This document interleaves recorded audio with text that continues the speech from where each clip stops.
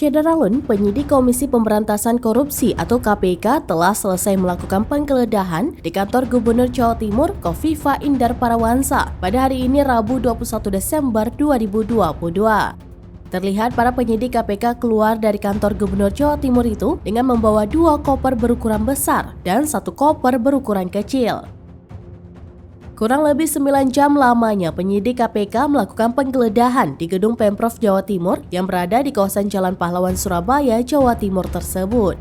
Dilansir Tribun Jatim, salah seorang penyidik KPK menyebut koper-koper yang dibawa keluar gedung itu berisi sejumlah berkas atau dokumen. Sementara itu pada Rabu siang, Sekda Prof Jawa Timur Adi Karyono buka suara terkait kedatangan penyidik KPK di lingkungan kantornya.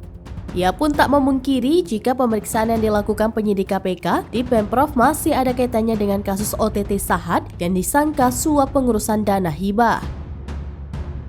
Gubernur Jawa Timur Kofifa Indar Parawansa menanggapi adanya upaya penegakan hukum yang dilakukan oleh KPK hingga melakukan penggeledahan. Dikatakan mantan Menteri Sosial tersebut, ia mengajak semua pihak menghormati upaya penegakan hukum yang dilakukan oleh lembaga anti rasuah tersebut.